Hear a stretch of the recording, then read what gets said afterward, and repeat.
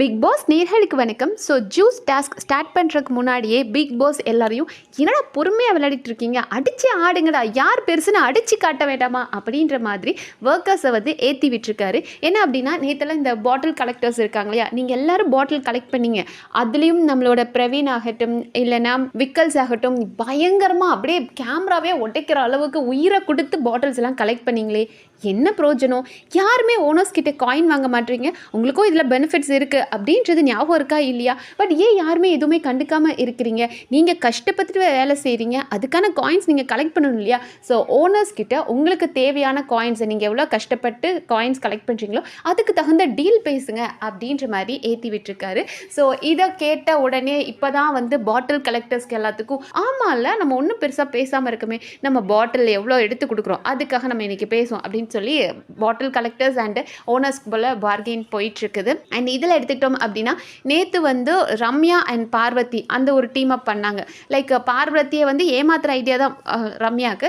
So நீ எங்களதெல்லாம் okay பண்ணு, நான் உனக்கு தந்துடுறேன், ஃப்ரீ பாஸ் தந்துடுறேன் அப்படின்ற மாதிரி. பட் ரம்யா ஏமாத்துவா அப்படின்றத பார்வதி இன்றைக்கி காலையில் ஜட்ஜ் பண்ணிட்டாங்க. ஈவினிங் இந்த டாஸ்க் முடிச்சதுக்கப்புறம் ரம்யா வந்து சபரி கூட பேசுறது இதெல்லாம் வச்சு அவங்க கேல்குலேட் பண்ணிட்டாங்க. ஆஹா, இவள் லம்பாடி பொம்பளையாச்சு, இவளை நம்பி போனோம் அப்படின்னா இவன் நம்மளை ஏமாத்திடுவா அப்படின்னு சொல்லிட்டு இன்றைக்கி சுபிக்ஷா கூடயும் ஒரு டீல் பேசி வச்சுருக்காங்க பார்வதி. அண்ட் இப்போ பார்த்தோம் அப்படின்னா சுபிக்ஷா அண்ட் ரம்யா இவங்க 2 பேர்கிட்ட தான் பாட்டில்ஸ் காயின்ஸ் ஜாஸ்தியாக இருக்குது. அதுவும் ரம்யா கிட்ட 11 காயின் இருக்குது, சுபிக்ஷா கிட்ட 10 காயின் இருக்குது.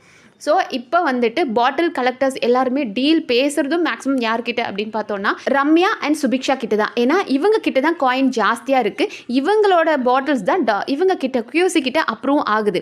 இப்போது அது வந்து ஆதிரி ஆகட்டும் இல்லை FJ வினோத் இவங்களதெல்லாம் வந்துட்டு அவங்க QC கிட்ட ப்ராப்ளம் பண்ணுறாங்க. இப்போ சபர் இவராகட்டும் நம்மளோட ஆதிரி FJ எல்லாம் ரிஜெக்ட் பண்ணிட்டாங்க நேற்று. ஏன்னா அந்த அளவுக்கு அவங்களுக்கும் QCக்கும் ஒரு ரிலேஷன்ஷிப் இல்லை. இவங்க கிட்ட பாட்டில் கொடுத்தாலும் நமக்கு பெருசாக காயின் வர போகிறதில்ல. ஓனர்ஸை வச்சு தான் இவங்களுக்கு இந்த பாட்டில் கலெக்டர்ஸ்க்கு வந்து காயின் கிடைக்க போகுது.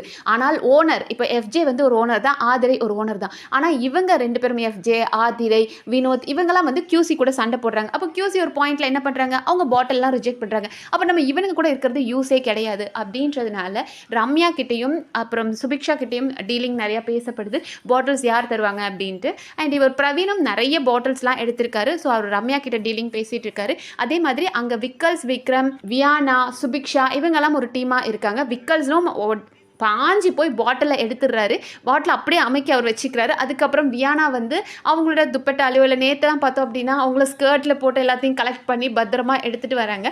ஸோ ரொம்ப ஒரு எஃபர்ட் போடுறாங்க. வியானா முடிஞ்ச அளவுக்கு ஸ்கர்ட் ஆகட்டும் என்னவாகட்டும் எனக்கு இப்போ பாட்டில் கலெக்ட் பண்ணணும் அப்படின்ற மாதிரி அவங்களும் பாட்டில்ஸ் கலெக்ட் பண்ணி அவங்க இப்போ ரம்யா கிட்ட டீலிங் பேசிகிட்டு இருக்காங்க. அண்ட் இதில் வினோத்தெல்லாம் நம்ம செம்ம காண்டில் இருக்காரு. வினோத் வந்து மக்கள்கிட்டே சொல்லிட்டாரு, பாருங்க மக்களே, இந்த இவர் இருக்காலையே தர்பீஸ், இன்னைக்கு அவரை பொலந்து மழைக்காலமாக இருந்தாலும் பரவாயில்லன்னு சொல்லி ஜூஸ் போட்டு குடிக்க போகிறேன். ஏன்னா அந்த ஆளுக்கு என் மேலே பழைய பகை இருக்குது. ஸோ பர்சனல் வெஞ்சன்ஸ்லாம் வச்சுக்கிட்டு நான் என்ன பாட்டில் கொண்டு போனாலும் என் பாட்டில் வினோத் பாட்டிலாக ரிஜெக்டட் அப்படின்னு சொல்லிட்டு பழைய பகையை வச்சுக்கிட்டு ரிஜெக்ட் பண்ணிகிட்டு இருக்காரு. நான் என்ன பண்ணுறது, எந்த பாட்டில் நான் கொண்டு போனாலும் அவர் எனக்கு மார்க் போட மாட்டார் அப்படின்றனால யாருமே வந்து எனக்கு பாட்டிலே தர மாட்டாங்க. ஏதோ கம்ருதீன் தான் ஒரு 4 பாட்டிலை கொண்டு வந்து கொடுத்துருக்கான், அதுவும் ஈயம்பித்தால பேர்ச்சி பழத்துக்கு போடுற மாதிரி நெளிஞ்சு வளைஞ்சு கிடக்குது. அதனால இன்னைக்கு ரணகலம் ஆக போது, தர்பீஸை நாங்கள் 2 பேர் சேர்ந்து பொழக்க போகிறோம் அப்படின்னு ஒரு கொலை மிரட்டலே கொடுத்துருக்காங்க. அண்டு திவாகருக்கும் சரி வினோத்துக்கும் வாய் அடங்குறதில்ல. மற்றவங்களாம் சரி, மற்றவங்க வேறு யார் பேசினாலும் வினோத் வந்து ரொம்ப சாஃப்டாக அப்படி இல்லைப்பா நான் இப்படி தான்ப்பா சொல்ல வந்தேன் அப்படின்றார். அதுவே தர்பீஸை பார்த்தா மட்டும் அவர் வாய் நம்மன்னு துடிக்குது. தர்பீஸை மட்டும் டே அறிவு கட்டவனே, உனக்கு ஏதாவது புரியுதாடா, உனக்குலாம் எங்கடா ஃபேன்ஸ் இருக்காங்க, நீ ஏடா முட்டா பையன் மாதிரி நடந்துக்கிற அப்படின்ற மாதிரி கத்திடுறாரு. அப்போ நம்மளோட திவாகருக்கு கோவம் வருது. ஒரு வாட்டர்மெலன் ஸ்டார், தமிழ்நாட்டோட நட்டிப்பு அரக்கனை, இவன் யார் இப்படிலாம் திட்டுறதுக்கு, மேனஸ்னா உனக்கு என்னன்னு தெரியுமாடா அப்படின்னு சொல்லி 2 பேரும் சண்டை போடுறாங்க. ஸோ அதனால் வினோத்துக்கிட்ட யாரும் வரல. ஸோ இப்போ டீலிங் பார்த்தோம் அப்படின்னா ரம்யா அண்ட் சுபிக்ஷா கிட்ட மட்டும்தான் வந்து மேக்ஸிமம் பேசப்படுது. பாப்போம். ரம்யா என்ன கேட்டால் ரம்யா ஜெயிக்கக்கூடாது, ரம்யா பயங்கரமான பச்சுந்தி. ஸோ ரம்யா ஜெயிக்காமல் இருந்தால் பரவாயில்ல.